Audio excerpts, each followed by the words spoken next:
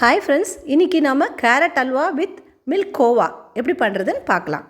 Carrot 3/4 kilo எடுத்துட்டுருக்கேன். அதை நல்லா நம்ம தோலெல்லாம் சீவிட்டு அந்த மேலேயும் கீழையும் எடுத்துட்டோன்னா நமக்கு திருவின பாகம் ஒரு 600 கிராம் கிடைக்கும். இதுக்கு தேவையான சாமான்களை அந்த டிஸ்கிரிப்ஷனில் இருக்குது, பாருங்கள்.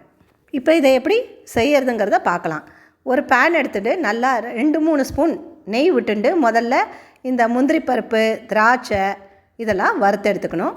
கொஞ்சம் பாதாம் பருப்பு கட் பண்ணி எடுத்துகிட்டு லேசாக வறுத்து எடுத்து வச்சுக்கலாம். அந்த நமுறாக இருந்தால் அது சரியாயிடும்.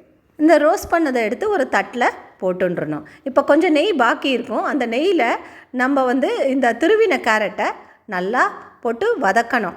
அடுப்பை மீடியம் ஃப்ளேமில் வச்சு ஸ்லோவாக போட்டு வதக்கணும். கேரட் துருவில் நம்ம கையில் எடுத்து பார்த்தோன்னா குக்கானது தெரியும். இது நல்லா குக்காக எடுத்து இப்போ அடுத்ததாக நம்ம இதில் பால் விடணும். நான் மெஷர்மெண்ட்டுக்காக ஒரு கப்பில் எடுத்துட்டேன். கேரட் துருவலை ஒரு 4 கப்பு கேரட் துருவல் வந்தது.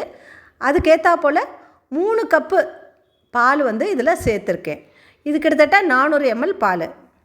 இப்போ நல்லா இது குக் ஆகணும். பாலும் அந்த கேரட்டும் சேர்ந்து நல்லா வேகும்.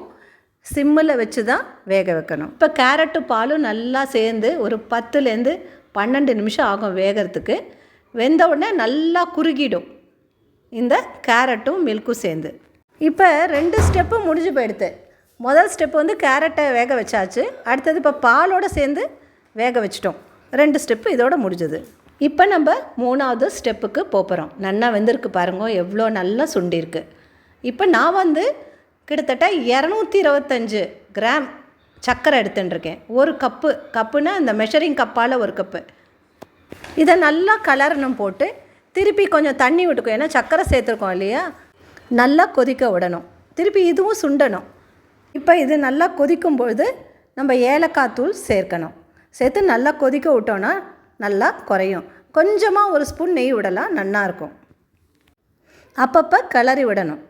மீடியம் ஃப்ளேம்லேயே வச்சு கொதிக்க விட்டால் நல்லது. ஜென்ரலாக கேரட் அல்வா நம்ம பால் சர்க்கரை போட்டு தான் பண்ணுவோம். இதுவே ரொம்ப ரொம்ப டேஸ்ட்டாக இருக்கும். அதுவும் இது கூட நம்ம இந்த கோவா சேர்த்தோன்னா இன்னுமே ஆடட் ஃப்ளேவராக இருக்கும். பாருங்கள், நல்லா சேர்ந்து போய் நல்லா குறைஞ்சிடுத்து பாருங்கள். இப்போ நம்ம இந்த கோவாவை, மில்க் கோவாவை சேர்க்கணும். இந்த கோவாவில் சர்க்கரை இல்லாத கோவாவாக வாங்கிக்கணும். நான் ஒரு 125 கிராம் எடுத்துட்டுருக்கேன் இதுக்கு. இதை நல்லா சிம்மில் வச்சு கலரணும். நல்லா கலர்னா அவ்வளோதான், இறக்க வேண்டியது தான். இது மேலே நம்ம முந்திரி பருப்பு, திராட்சை இதெல்லாம் போட்டு இறக்க வேண்டியது தான். சூப்பராக இருக்கும். குழந்தைங்களுக்கு ரொம்பவே பிடிக்கும். எல்லாருமே சாப்பிட்லாம். யாராவது கெஸ்ட்டு வந்தால் இது முன்னாடியே செஞ்சு வைக்கலாம். நம்ம பர்த்டே அந்த மாதிரிக்கெலாம் கூட இது மாதிரி செஞ்சு கொடுக்கலாம். கொஞ்சம் ஐஸ்கிரீமோட இந்த கேரட் அல்வாவை மேலே வச்சு சாப்பிட்டு பாருங்கள். பயங்கர டேஸ்ட்டாக இருக்கும். ட்ரை பண்ணி பாருங்கள். நான் இது தைவள்ளிக்கிழமைங்கிறதுனால ஒரு மாறுதலுக்கு இந்த ஸ்வீட்டை பண்ணினேன். ஸோ ஃப்ரெண்ட்ஸ், நீங்கள் ட்ரை பண்ணிவிட்டு எப்படி இருந்ததுங்கிறத கமெண்ட் செக்ஷனில் ஷேர் பண்ணுங்கள். இந்த மாதிரி உங்களுக்கு ஸ்பெஷல் ஆத்தென்டிக் ரெசிபீஸ்லாம் ஷேர் பண்ணோன்னா எங்களுக்கு நீங்கள் சப்போர்ட் பண்ணி சப்ஸ்கிரைப் பண்ணுங்கள். நிறைய பேருக்கு ஷேர் பண்ணுங்கள். தேங்க்யூ.